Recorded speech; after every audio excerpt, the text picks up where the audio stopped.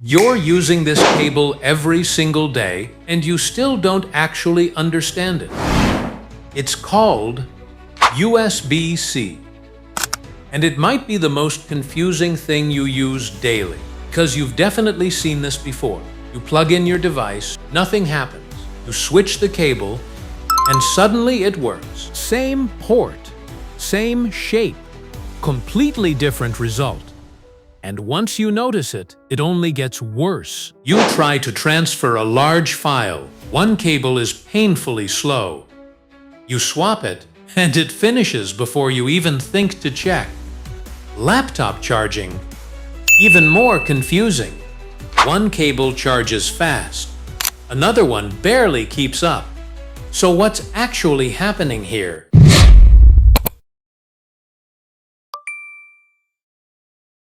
Here's the truth most people miss. USB-C is not a standard. It's just the shape. That's it. Everything that actually matters is hidden inside the cable.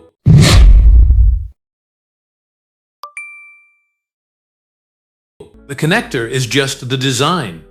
Type A, the classic rectangle. Type B, the chunky printer plug.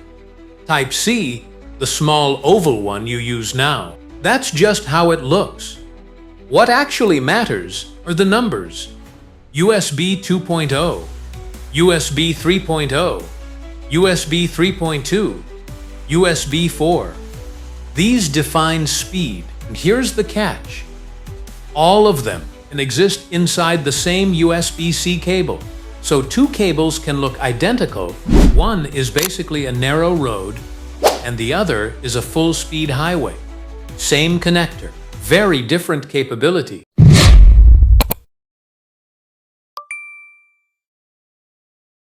Now let's talk about charging, because this is where things get even more confusing.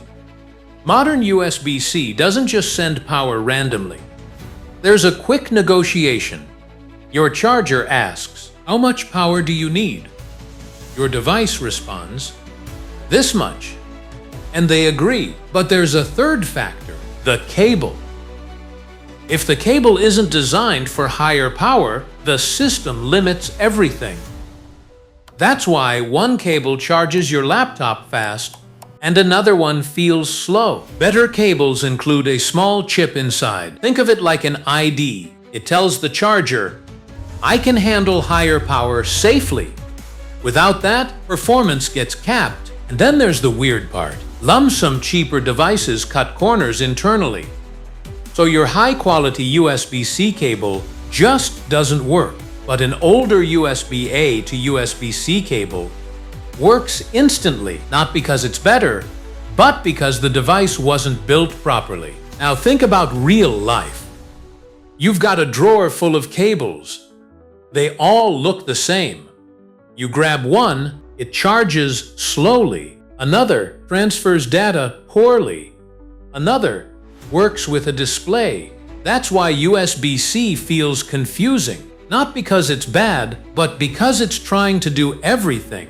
Charging, data transfer, video output, all through one connector.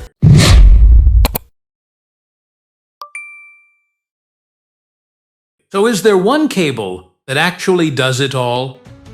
Almost.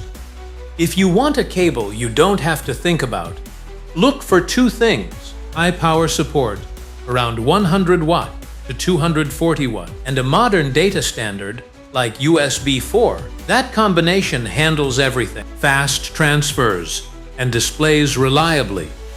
And if you want the most consistent experience, go with Thunderbolt. It's basically USB-C with stricter standards, more predictable, less guesswork, more expensive, but it just works. There is one catch though. The better the cable, the shorter it usually is. High-speed signals don't perform well over long distances, so most high-performance cables stay around 1 meter. And here's one habit that will save you a lot of frustration. When you find a really good cable, don't throw it into that drawer. Keep it separate, because the real problem isn't the technology. It's picking the wrong cable again and again. USB-C isn't broken. It's just doing too much. One connector, multiple roles, same outside, completely different inside, same port, same shape, completely different result. And once you notice it, it only gets worse.